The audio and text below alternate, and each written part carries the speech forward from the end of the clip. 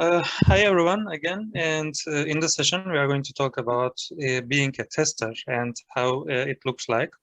So these are the skills or the abilities that we all have, but I just wanted to list them and make a categorization of them, and we can discuss why they are important, or at the end I would like to hear your opinions about it. I mean, which one is the most important as you think, and if there's anything that I'm missing, we can discuss at the end. When listing all these together, it looks like we need a lot of skills and requirements to be a software tester.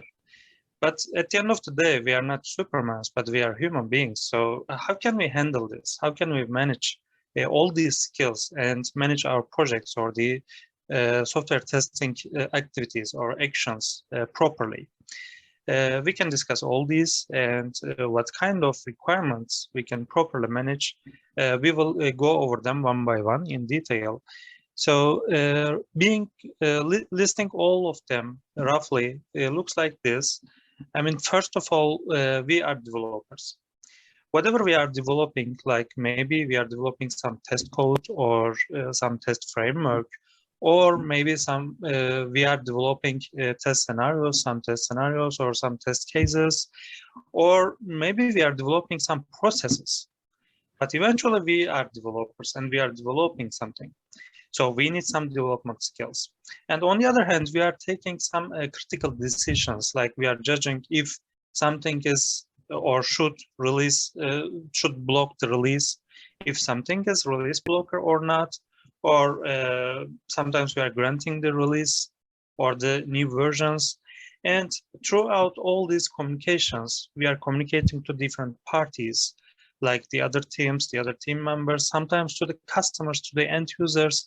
And we are planning all these activities and the deadlines and all the testing actions one by one. So eventually we are the guardians of the quality. If there is a weakness in the product, or if there's an improvement room, then we point out all these issues and weaknesses, and we highlight all these improvement points, and we try to improve the product and the quality in the product. So we will go over all these categories one by one. So let's start from the first one, which is a technical background. Nowadays, the automation is really very important because it reduced the manual effort. And most of the cases, we are implementing some test code and we are running them automatically, maybe on CI/CD pipelines or some other execution platforms, which means we are implementing some test framework or some test cases. And either it is an API interface or a UI, we are automating to execute the tests automatically. So it requires some skills, like we have to know how an API is working, or we have to know how we can automate the UI interactions.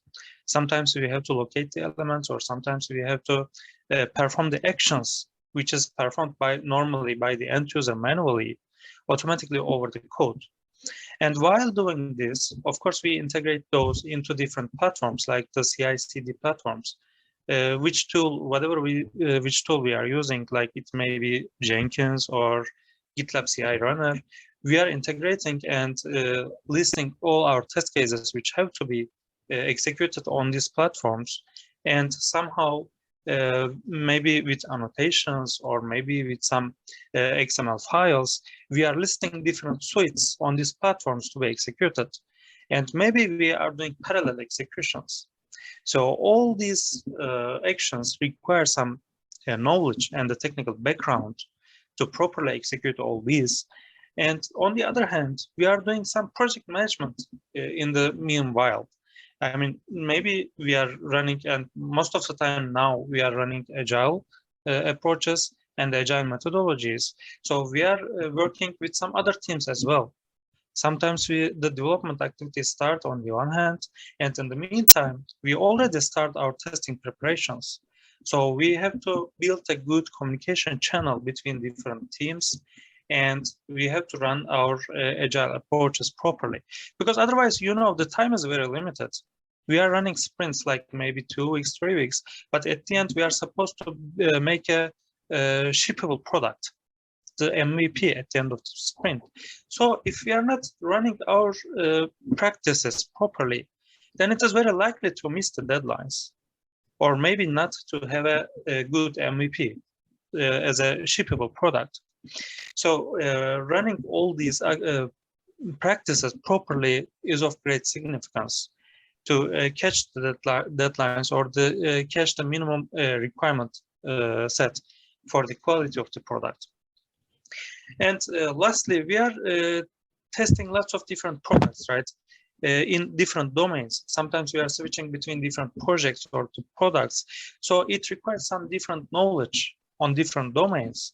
For example, sometimes we are testing some product which is in the robotics domain, and then we switch to some other domains, like maybe banking domain or industrial automation, IoT.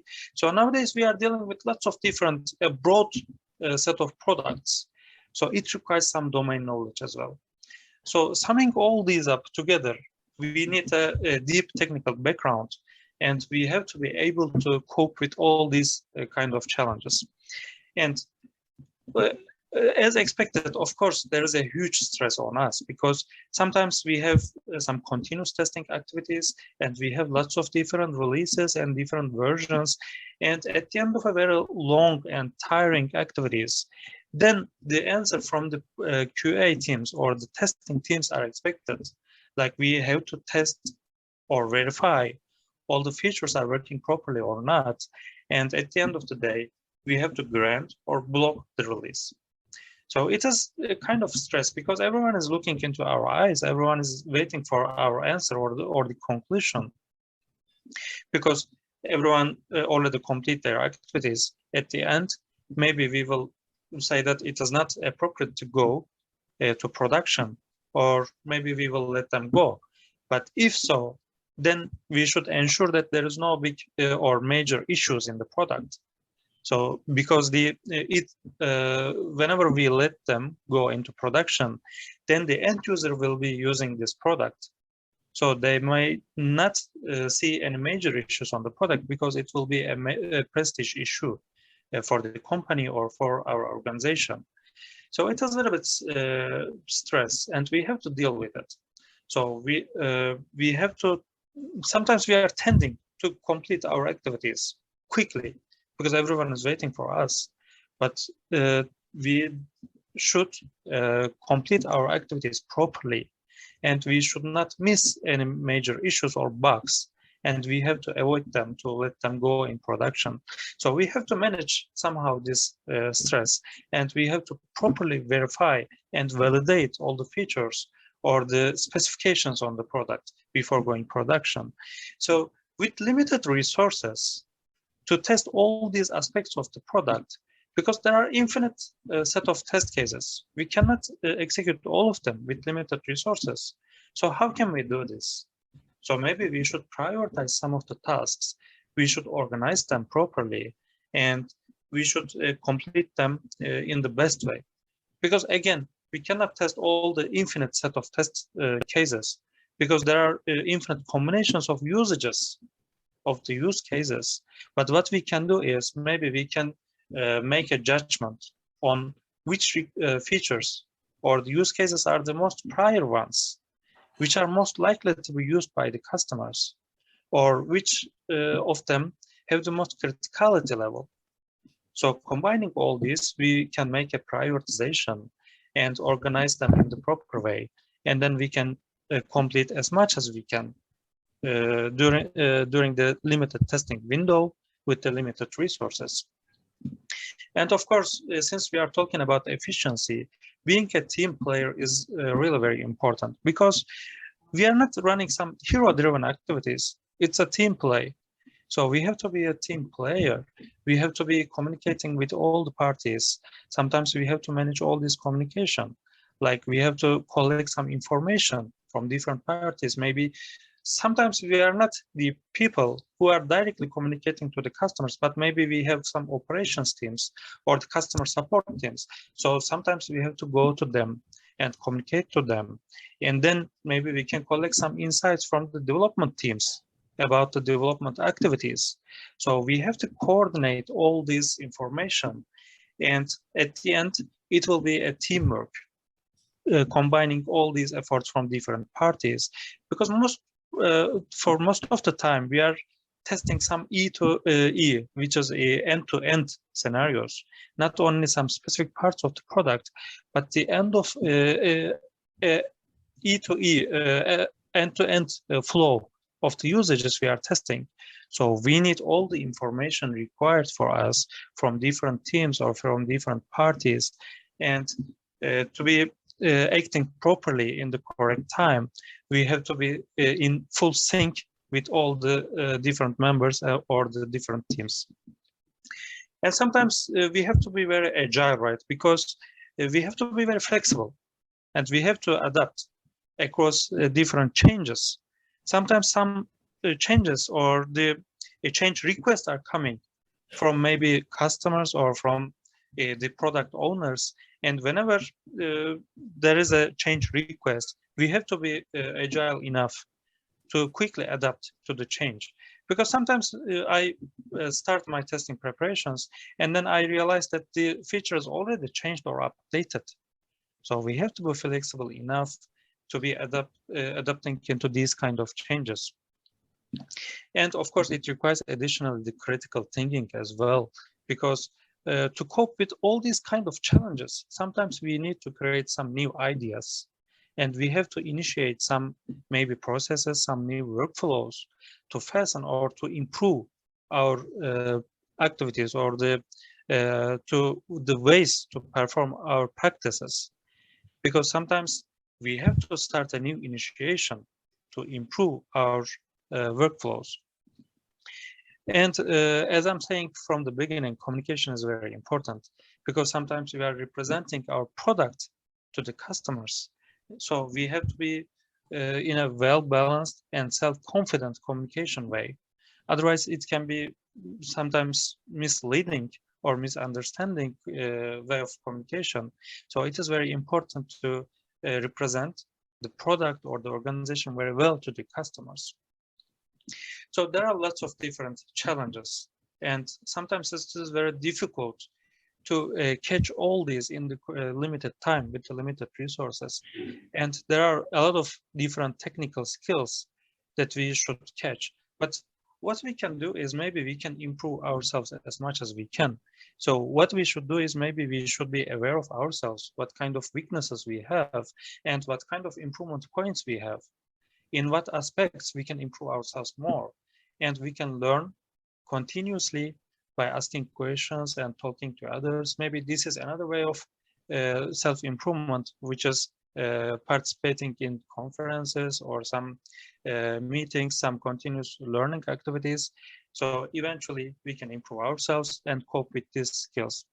But last but not least, sharing is one of these aspects, because again, it is not an individual effort, but it is a teamwork. So being a part of the community or being a part of an organization, then we can be a good team member or team player, and then we can perform all these skills and the activities in the proper way, because we are not Superman, but we are human beings, but we have to cope with all of different skills and challenges during verification or the validation of our products or projects. So sharing is quite important in this aspect. And again, listing all these skills from different categories, from starting from the technical background to the communication level, or the other soft skills like the being organized or being agile and flexible. We have lots of different skills from different categories, and we already have those skills and abilities as software testers, but I just listed all them to go over all of them one by one. And I would like to hear your opinions if there is any other thing that I'm missing, or which one is the most important for you. Thanks for listening, and looking forward for your opinions. Well, that was a great talk from our not so Superman from Japan. Does anybody have any questions for Mesut?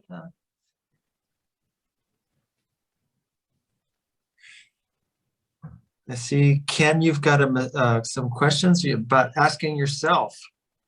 Maybe you could share your question with the group. A question, Phil.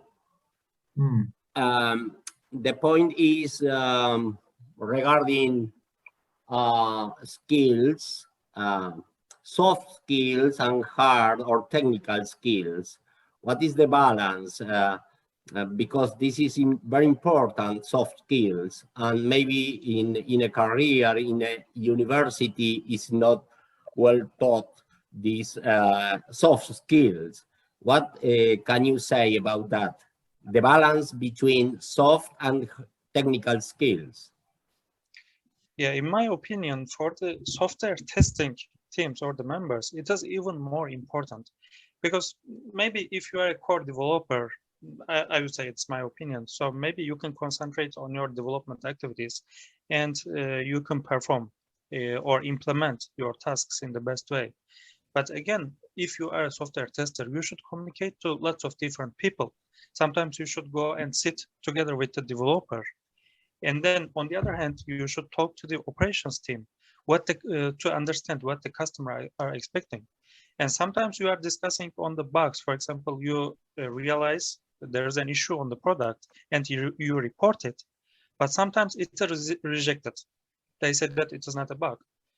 So you have to discuss if it is really a bug or not, because maybe the report is misleading and it is not quite clear, but you have to clarify it, and you should report all the aspects, and you should be, as I highlighted in the communication slide, you should represent yourself very well. You should be clear enough, and the reports that you are doing should be very clear, and they should be quite good understanding level.